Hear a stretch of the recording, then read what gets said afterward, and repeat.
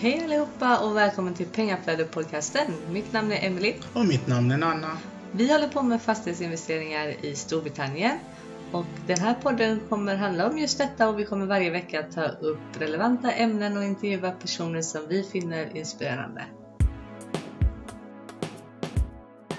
Hej och välkomna till Pengaflödet-podcasten.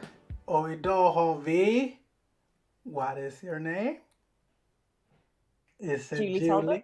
Julie Talbot. So how are you doing in UEA, right? Other way around. Oh, I'm so bad at that. Too many vowels. Abu Dhabi. Yes, it's hot in the desert here now. It's coming into the hot time of year. Yeah, how many Celsius is it? Oh, do you know what? I'm not exactly sure. I don't check. It must be 40. If not 40, getting on to 40. So what do you do during that time when it's 40? I'm just curious. Well, normally you spend a lot of time in the swimming pool. But at the moment, the swimming pools aren't open because of lockdown. So, yeah, you stay inside in a lot of air conditioning. That's what you do. It's like the reverse of a winter where you'd like go outside but wear lots of clothes. When it's this hot and humid, you just want to stay inside and stay in the air conditioning. Yeah, I feel you. And I think it's hot over here when it's 23 degrees. That's nothing compared to you. Yeah, it gets to 50. Like in the summer, it can get close to 50. So you could like cook your food outside. Oh, wow, that's crazy. Tell me a bit about yourself, about your background. Who is Julie? Okay, I live in Abu Dhabi with my husband and my 2 children. My husband and I are both from Manchester. We were born and brought up in Salford, actually, in Manchester, in the UK. We have lived in Abu Dhabi for 10 years. My kids are 7, my twins. And we started doing property back in 2009, just before we moved over here. Bought a few houses. Then we got here. Things didn't quite work out. So we paused buying houses for a few years until 2017. And now we're just scaling our UK property portfolio, but from the desert, virtually. That's interesting. So have you even thought about buying in Abu Dhabi houses? Yeah, when we first moved out here, it was a decision point because in 2009, before we moved, we'd bought a few houses in the UK. So we did think about it, but it's a very different market here. I guess there's a few factors. Firstly, buildings don't last as long here as they do in the UK because of the sunshine, because of how they're built and the construction methods. Like the concrete can get, there's probably an official word, but can get rotted by the sunshine. So you don't have buildings more than like 20 years old. Really. So there's not that, whereas you buy a house in the UK, you're going to have it for 100 years or more, and you can give it to your kids if you want to. It's sort of not the same here. Secondly, the land registry it's just not the same as the UK. Like there's a really long established land registry and ownership laws, and here it's not the same, and it's also in Arabic. I don't speak Arabic, and I didn't really have an appetite to start to buy houses in a language that I didn't speak and not be able to understand the small print of the contracts I was signing. So for those reasons, we just thought, no. And also, whilst we lived here as expats, we knew that here wasn't going to be our base. The UK is our home. It's where we'll always go back to at some point. So I didn't really have an appetite for having a business in a country that I wasn't going to live in long term. So is the real estate market expensive in Abu Dhabi, or is it? I mean, like you said, it's just 20 years lifespan that you have on your property. Yeah, it's as expats you can't own property, or there's only very specific areas where you can own properties. So most buildings are owned by Emiratis, and then as expats you rent the buildings off them. there are some specific estates and specific buildings that expats can buy in. But yeah, you haven't got the freedom to be able to buy, you know, anything like you have in other countries. So yeah, so in terms of what the market's like, there's a lot of rent, like most people rent, and you have to rent a property for, it used to be for a year, like, and you have to pay your rent up front for a year. In the last 10 years that we've been here, they've relaxed that a bit, so you can negotiate with a landlord to be able to pay in 3 checks. But it's not like you automatically pay monthly like you would in the UK, for example. Okay, so is it expensive, the lifestyle in, because I've never been there. Maybe some of the listeners have been there, but I've never been in Dubai and Abu Dhabi and etc. It's very different between Abu Dhabi and Dubai. Abu Dhabi is, we moved here from London, you know, where rents are obviously expensive and everything. We moved here and the rent was way more for a smaller place than we had in London, with less amenities. So it is, the rents are expensive. And over the last 10 years, I've seen a swing in rental prices here that you just wouldn't get in the UK. I can't just think of a percentage, but the rent has for the same type of property has fluctuated by, gosh, I'm gonna have to say a percentage now. I've started down this road, haven't I? Probably by something like 50% or something, which is crazy. Like, none of the properties that I own in the UK have seen a rent of increase of that much, or even anywhere near that over the last 10 years. Rents stay relatively stable in the UK. House prices change, but rents stay relatively stable. So what was the purpose for you to move to Abu Dhabi from London? Were you just tired, or was it the company maybe moved to Abu Dhabi and that's why you moved, or your husband moved? So why did we move? Good question. It was 2009.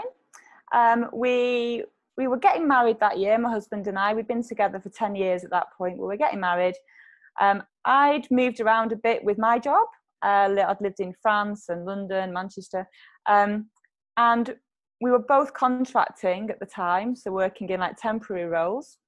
It was the recession, and you know that was kind of like hitting the credit crunch. And because we were in contract roles, we sort of felt that we would be the first to be, you know, let go in our respective companies. So we just decided to do a bit of a worldwide job search, but move somewhere based on my husband's work for a change.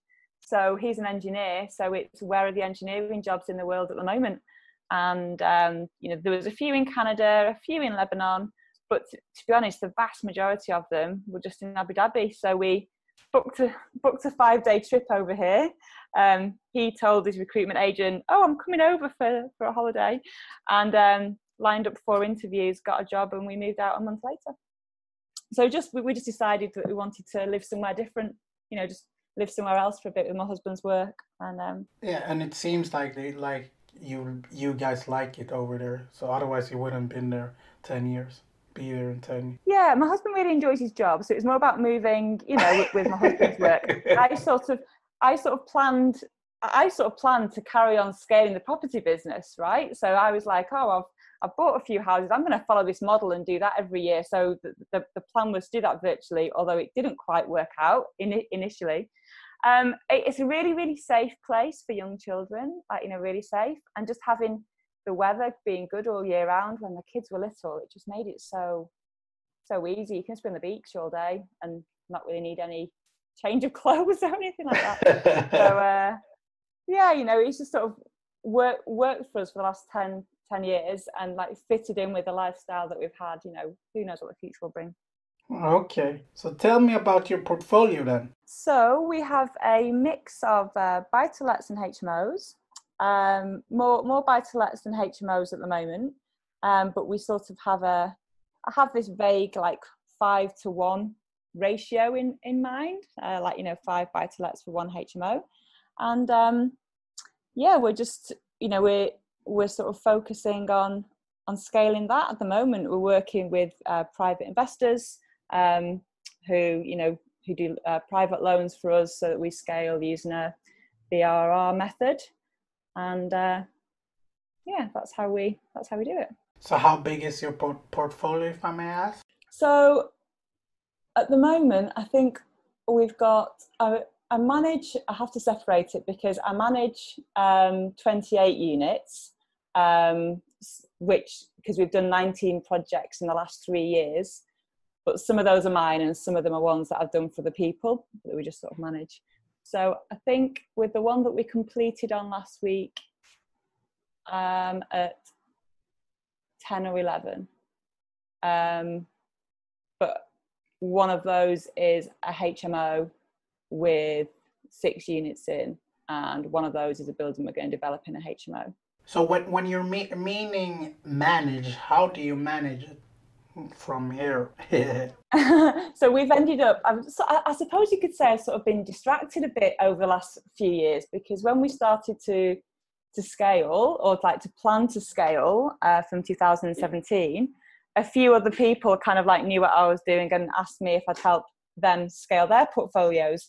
So it sort of meant that I got a bit distracted focusing on doing projects for the people rather than focusing on doing projects for myself. But it was all good because you're still, sort of learning and, putting processes in place and things like that. So we've just, and I knew, I was very aware that I wanted to put in place like a virtual model, a virtual system that allowed us to continuously buy, just an ongoing sort of rate.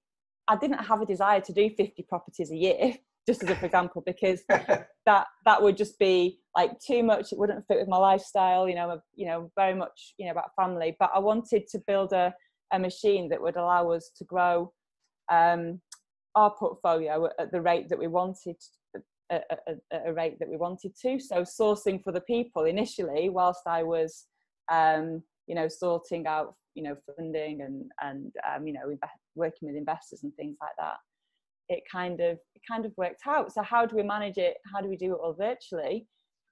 We've just found a way of being able to get everything done in spite of the distance. We just found a way of doing everything. So how is it to invest remotely then? Now when we're in the topic of remotely. How is it? It's, to be honest, even since lockdown, for me, not much has changed. Like, we couldn't do viewings during lockdown because there was restrictions on mobility. But we still had offers going through. We still had refurbs that were finishing. Everyone was still able to communicate with each other. So yeah, the business just carried on really, even though none of us were going out. It just just sort of carried on. Your investors, are they from Abu Dhabi, or are they from UK, or all over the world? A bit of a mix really. Some are expats, and some are based in the UK. Okay, so you meet them. I think they must have like a property network meeting over in Dubai and Abu Dhabi, right? Where investors meet. So, or is everything through internet that they found you? Yeah, there is property meetings.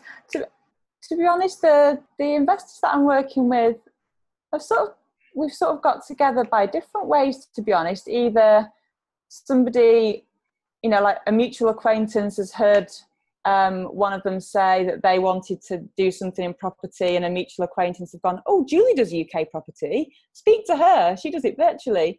Or a friend of a friend will be working with a UK sourcer or something, and then hear that I'm actually, well, first of all, they know of me, and then they realise that I'm doing property. So for them, they've already got a bit of established trust. So they kind of like, come to me that way. So I don't really tend to meet people from the property meets. It's more word of mouth. yeah, and I'm just thinking through. It's been different for every person, really.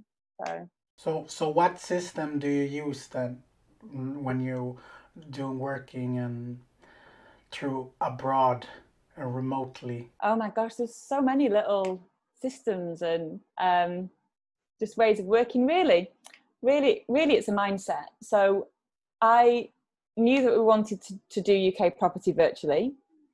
I knew that I wanted to source myself, that I didn't want to be, relying on a sourcer to send me deals. I wanted to be able to find our own deals and manage everything through, right, just all the way through to getting a tenant in, really. But I knew that I couldn't be flying to and from the UK all the time, just because of, a young family and my husband's work schedule and travel. So we've just found, just ways of working so that you can get everything done. So, one system that we use from an IT perspective is we use Asana to coordinate all of our work and, communicate between most of my team members, and just keep up to date on progress of different tasks and, just have templates and things like that. But really, to make the virtual aspect work, you've kind of got to systemize as much of you as you can. You've got to have a system in place to be able to do viewings, for example, and then you've got to have another system in place to be able to get your scope of works and schedule done. You've got to have another system in place to be able to, just a checklist almost to cover off all of the actions and activities that you need to do from the point at which you get an offer accepted through to the point at which you complete. So when I say system there, I'm not meaning like there's an IT system for every one of those things, but I mean, we've got like a way of working that means that all of those things can happen without me having to do every single part of it, because that just, there's not enough hours in the day, really, and it's not the kind of business that I wanted to run. So basically, you found a team, and how did you find this team? Did you find them when you flew back to UK, or did you do that remotely as well? And I mean, are we talking about builders as well that are using the Asana, or is it just you and maybe your project manager? I don't know, because what I've heard, some builders ain't so tech savvy. Yeah, so we don't just have one builder that we work with. We have different builders. So the system that we have is kind of like more how we work and what we do. So for example, we'll always get a building survey done, then we'll take that to a kind of like a spec almost, and then we'll see who's available at that time to project manage it, and then kind of hand it over to somebody at that stage. So it's not like we have just like one person that we work with. We have a few different people who we work with, and it changes all the time, really. Okay. Yeah. If you compare it, let's say if you use the sourcer instead, do you feel that you still gain, beside of the money, let's say if you compare it with the time that you put in by using all of these systems, is it still beneficial, or is it not beneficial, but maybe you think it's fun? I feel because of the different, virtual workers and the different checklists and everything, and just the different things that we have in place, it's almost like we've created this like little virtual property machine, to be honest, which takes mostly an hour or two of my time a day, just to kind of like check in on things. I see my role as being like facing off to the estate agents and making offers and things like that. But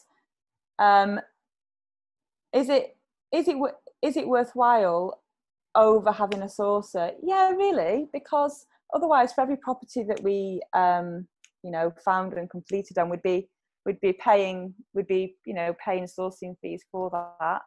And because we know we want to buy, a certain number each year ongoing, it just made more sense really for us to set up our own little machine, way of working that allowed us to do that without having to rely on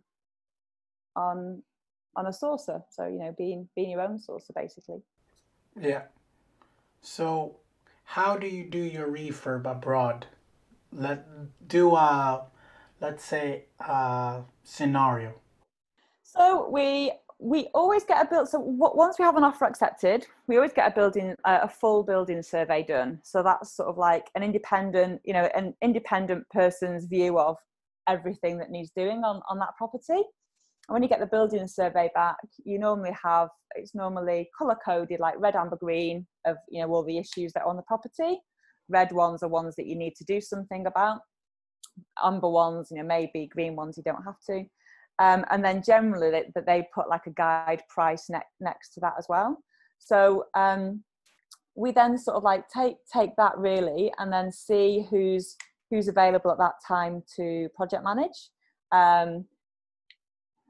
So then we'll look for a project manager, which might be somebody who we've worked with before, see who's available, or sometimes through virtual networking, I might have built a relationship with somebody who I've decided like next project I'll work with them on, and then we sort of hand the building survey off to them to work up a scope of works and a schedule really, and then make decisions over which things we're going to do and which things we're not going to do, and then they're accountable really when the building works actually starts for managing the time, cost and quality of the project, and reporting back to me. We do make sure that we have a member of our ground team then go along and visit every week or every 2 weeks, just to sort of like check in really, just to be there and for the project manager, and then when the refurb's completed, my ground crew go along with the project manager, figure out the snagging list. The refurb team, the project manager organises the snagging list all to get finished, and then the keys are handed back to us. That's a great system. It seems like you have very systemized it. Well, you kind of, it comes back to mindset. You've kind of got to accept, or when I kind of accepted that, things were going to go, things would go wrong, things would get picked up maybe during the refurb that hadn't been picked up on the survey, or things would happen that were unexpected. But you plan a contingency, you add a contingency onto your refurb cost. You hope you don't have to use it, but if you need to, it's there. And it's a mindset really. I kind of like decided to think of it as, this is how I want to do it. Things are going to go wrong, but if something goes wrong, then we'll just handle it, learn from it, and then move on. It's not going to stop us from doing it. Yeah. And when you say you search for project managers, etc., do you take in different quotes before, or you just choose the one that you have a network already? But in the beginning, how did you do? Did you quote from different, or did you go through someone who referred a project manager to you? Good question. So it varies really. I'm always kind of like, I always make sure that I'm open to meeting people. But when I say meeting people, it's always going to be virtually meeting people, right? Yeah. So how have we come across project managers before? Maybe through just being active in social media groups, in property social media groups. You'll see somebody, saying they operate in Manchester and they're a project manager. So I'd reach out to them privately, maybe just look to build a relationship, build a bit of rapport over, for 6 months, something like that. And then as and when a project came up, I'd kind of like approach them at that point. So it'd be quite rare for a project manager if I ever approached anybody cold. I'm always trying to build relationships with people who I think might be somebody who could project manage for us, so that if then, you know, it does seem like we've got a good relationship and could work together, then I would then ask them, you know, for the next project that came up, if they'd be able to project manage it for us. So I tend to go at it that way, you know, try and build a relationship first, rather than saying, right, I've got this property now and I need a project manager for it, and, you know, going out cold. Yeah. So do you use sourcing agents at all, or you never use them, or? Yeah, no, we don't. We source our own properties. I did work with a sourcing agent about 10 years ago, because I assumed that was what you had to do. I assumed that if you lived, you know, or spent most of your time outside the country, that you had to work with somebody who was in the area, or boots on the ground sort of thing. But that was an assumption, and to be honest, it didn't really work out for me. And that's why it came down to mindset, really. I just thought there's got to be a way of making it work virtually, and figuring out how to do things yourself. So how do you find your deals then? Do you find off-market deals, or is always from Rightmove and on the market, Zoopla, etc.? Mostly, and you know, some things you've got to keep simple, right? So mostly through Rightmove, but I tend to work with a small number of agents. So again, building relationships with a small number of agents. We do come across off-market deals sometimes, you know, purely because we're regularly buying in our area. So, you know, sometimes it might be a builder or a neighbour, or you know, just somebody who comes across us who says, oh, you know, there's this house that we need to sell, can you make us an offer before we put it on the market? So we do, you know, come across off-market deals just by being in the you know, property world in our areas, really. But yeah, most of the time, you know, keep it simple and build good relationships with agents and do it that way. So do you pay full market value, or is it BMV, or how do you work it? Really interesting concept, the whole BMV thing, isn't it? You've kind of got to know your numbers, because the price that a property is listed for is the price that either the agent or the vendor has chose to list a property for. And sometimes a property will be listed on Rightmove at a lower than, you know, just using the same phrase, lower than market value price. But they've done that because they want to create a frenzy and an interest and get a lot of viewings in and create a bidding war. Yeah. Knowing that the price will go a lot higher. Equally, sometimes a vendor will dictate to an agent that they want their property to be listed at a higher price because they need a higher price for some other reasons. So, you know, when you're operating in your area a lot, you tend to just, you know, get a feel for what the value is that you're prepared to pay for a certain type of property, for a 2-bed or a 3-bed. So we always put offers in that work for us, that give us the yield that we require as per our buying criteria. Kind of, you know, in spite of the asking price, really. You know, we sort of work backwards. We say, well, what can we offer so that we get the outcome that we need? And quite often, to be honest, that is quite a bit below the asking price. But we still put those offers in because, you know, that's where we'd buy it to make that property work for us. But then sometimes, if the property has been put on at a really low value, we could afford to pay more. But what that means then is if there's a lot of negotiation going on, then obviously we can go above what, you know, we can go above the asking price. So do you have a measure that you go through, like RUI or RUS, that they say that the deal need to stack, otherwise you walk away?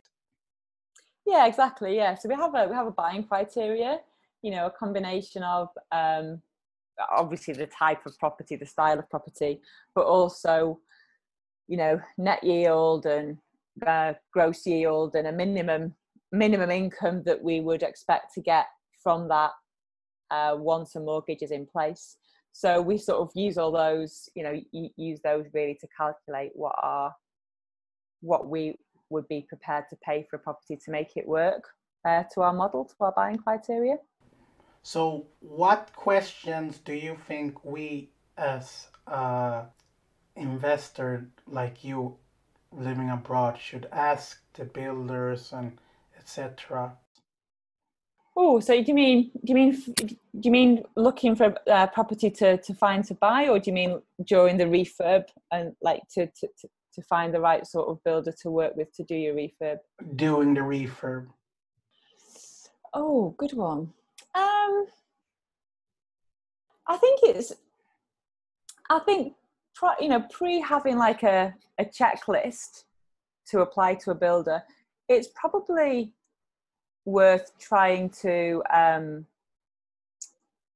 see if this is somebody who you can build rapport with and actually, you know, work with. That's something really that's sort of like that's more important to me, because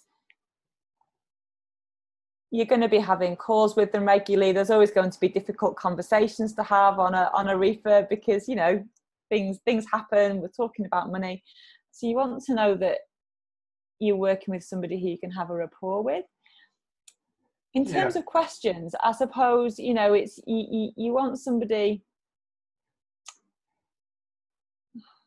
It's difficult really, because I'm going to say that you want somebody who's got experience.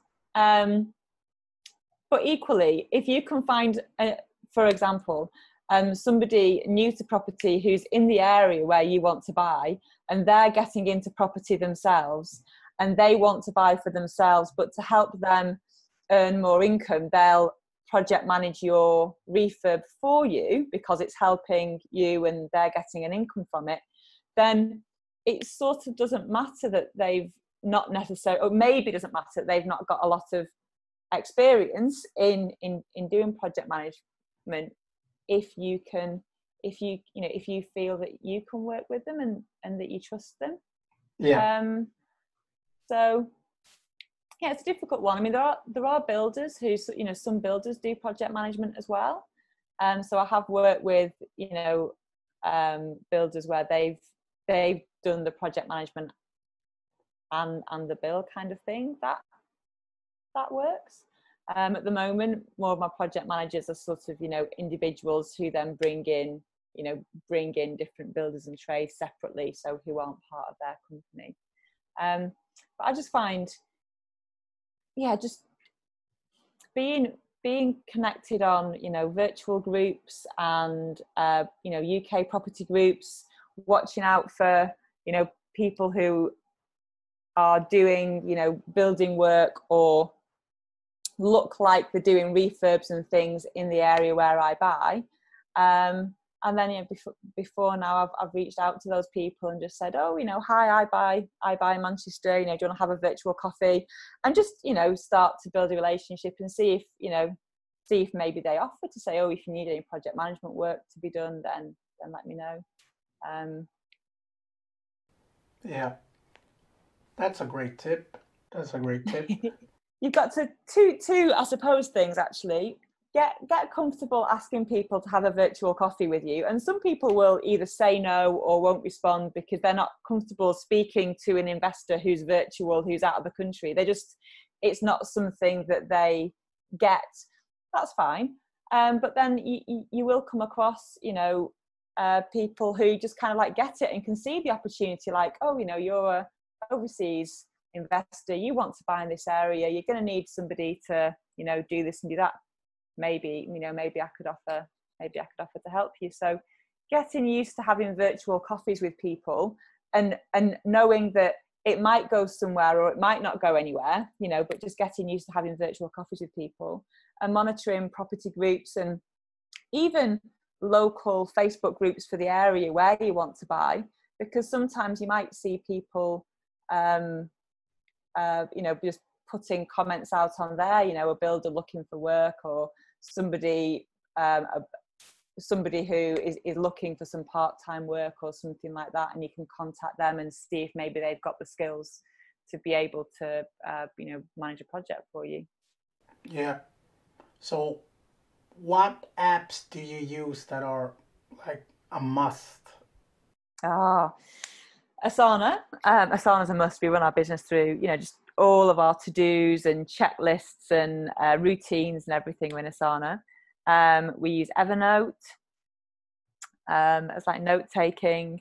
We use LastPass for passwords, because, you know, if you're working with one or two people, you're going to have passwords that you're going to want to share, and it's just so much easier having a system in place where you can have all your passwords saved and just share that folder with somebody, and then they've got access to all the passwords, and it's easy.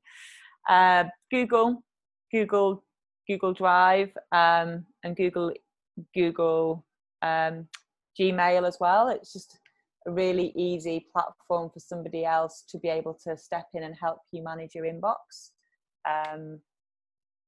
as opposed to some of the other email systems. So is that a 5 that I've said there? I didn't count, but maybe. Asana, Evernote, Google Drive, and the whole suite of Google products, LastPass. They're the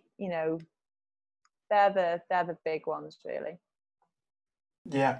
So do you have more tips that we from Sweden or investors that living remotely should have that you have not mentioned? I do. I have, in case it's easier to digest. I've got a bit of a download that if you want to put in the show notes, you can do, of like I think there's about 12 or 13 sort of hints and tips for how to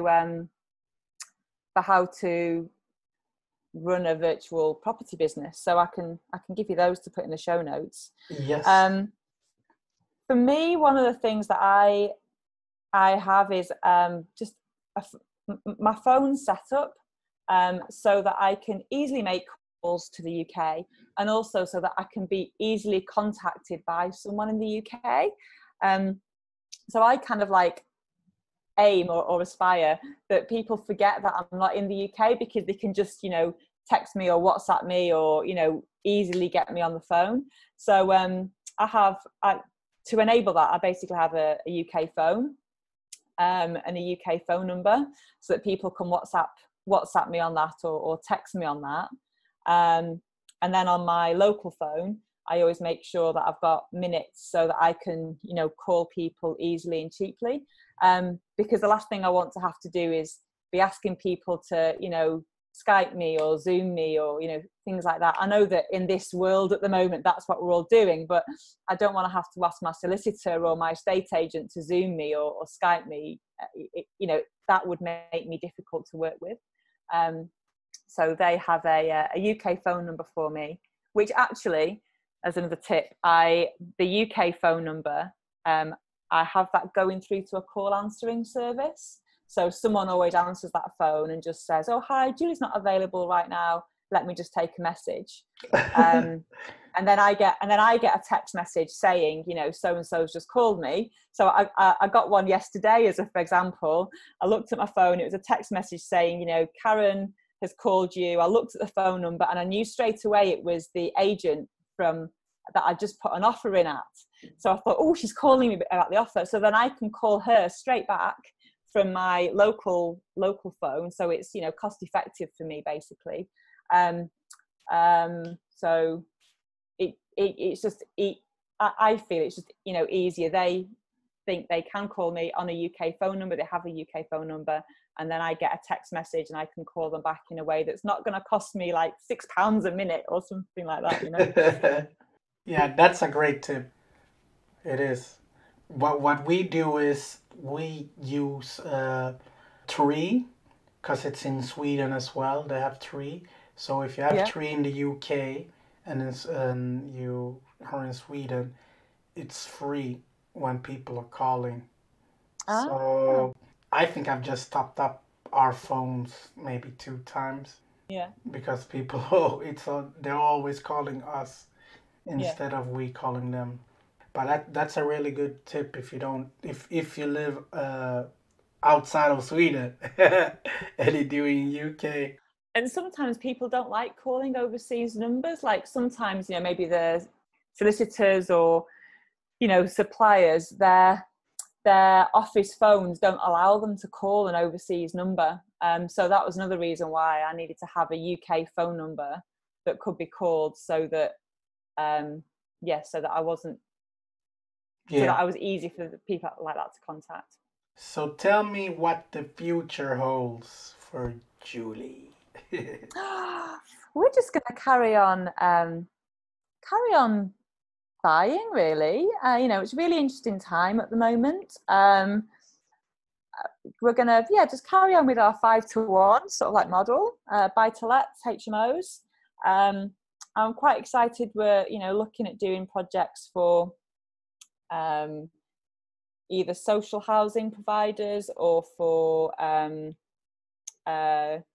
entities that want to lease properties from you on a long term. So we're sort of looking at that at the moment, just so that we can diversify. So some properties will have let to private tenants, and some properties will have let to some of the social housing providers on a longer term lease, just that we've got some balance and managing the risk in the portfolio, and just keep on tweaking and honing the virtual sort of model, really. I'm trying to put it all together into a bit of a set of videos at the moment as a bit of a course. If someone wants to replicate our business and source virtually and buy virtually, then they can do. But a lot of it really is mindset. I just sort of got bored of wanting to do UK property virtually, thought about it for 7 years, and in the end thought, it's been 7 years I've been wanting to do this. I just need to figure out a way of doing UK property virtually or stop thinking about it. You were like, enough is enough. Exactly. We just got to find a way to make this work now. So carrying on, tweaking the virtual model, finding investors, working with investors who want to get returns from property, but who don't necessarily want to own the property themselves. So they'll work with us, and trying to put it all together into a few videos as well. Yeah, that's great. Yeah, I'm looking forward for that. So we have come to the very end. Oh. So I'm gonna ask you 3 things. So, go on. Your favorite TV series or Netflix, HBO, whatever, 3 of them. Okay. And my movies and books. Yeah, movies and books. Okay. Favorite Netflix thing, I think it has to be The Wire. I've not watched it for ages, but I remember when I first came across it years ago. Oh, it was just brilliant, and I've watched it. I've watched it on repeat, and I just love the way the storyline goes across the 5 series. I might actually start to watch that again.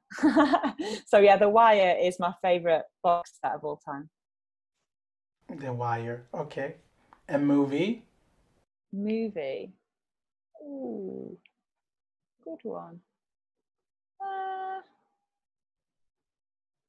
All I can think of at the moment is Harry Potter, because my kids just love Harry Potter. It's like everything is just about Harry Potter. I don't get to choose the films that I want to watch. I do like Sweet Home Alabama with Reese Witherspoon, and is it Matthew McConaughey? It's just a really sweet, easy watching, positive little story. I'm not somebody who tends to watch films again and again. Once I've watched something once, I haven't got an appetite to watch it again.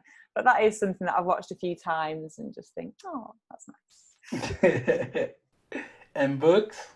Books. Oh, wow. Good one. You know, there's one called The Art of Possibility. And it's a... I heard somebody mention it actually on a podcast, and I went and sought it out and read it. And it's it's The Art of Possibility, and it's 12 like techniques just for looking at things differently, so that you can see the abundance of possibility in any situation, and that really, you know, how you look at something can affect whether or not you see an opportunity or you don't. And it's just 12 it's 12 like really simple techniques, I suppose. And I try and read it every 3 months, but I probably realistically only manage to read it every 6 months. And each time I read it, it's like the first time I've read it, because I've changed in those 6 months, and I just get something from it every time. What was the name of it again?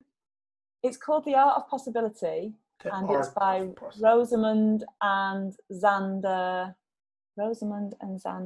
I can ping you the details afterwards to put in the notes. It's really nice. It's just a really nice book, and I listen to that quite a lot, and it really helps with the business and the challenges that you get doing things virtually, and how to look at them differently so they're not challenges. So do you have anything else that you would like to cover? I would just say to anybody who's wanting to do UK property virtually, if you've got a little bit of time, and I mean a little bit of time, and you've got an interest in property, then I'd say it is possible. You know, it is really about mindset. So just find a way. It is possible. Don't be put off and think that you have to, you know, that you can't do it, or that you have to fly to the UK all the time.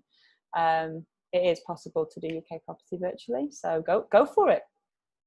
Yes, go for it. Go for it. That's so true. So if people would like to reach out to you, where can they reach out? Email, Skype, Zoom, Gmail. Yes. All that. I'm on Facebook. I'm on LinkedIn. On Instagram, not as active as I should be, but I'm on Instagram. And I can give you my email as well. Yeah. So say everything. The people that are listening, if they want to have your Facebook, what should they type in? Is it Julie Talbot, or do I say it correct? Talbot? Yeah, that's it. It's a bit French, right? Talbot. It is. You know, I used to live in France, and for like the whole time I was there, I was Julie Talbot, because that's how all the Parisians used to say my name. Julie Talbot. Julie Talbot. Yeah. How to find that? I'm stumped at how to find me on Facebook. I assume if you type my name, I think I come up. Again, I can send you the link to my profile, so you can Yeah, put it in. I'll put it in the show notes. Otherwise, yes, yeah. That would be much easier. But then I need to say goodbye. But it was fun speaking with you, and I hope the listeners like this episode. Very, very many golden nuggets that you can do, and like you said, nothing is impossible. It's all about mindset.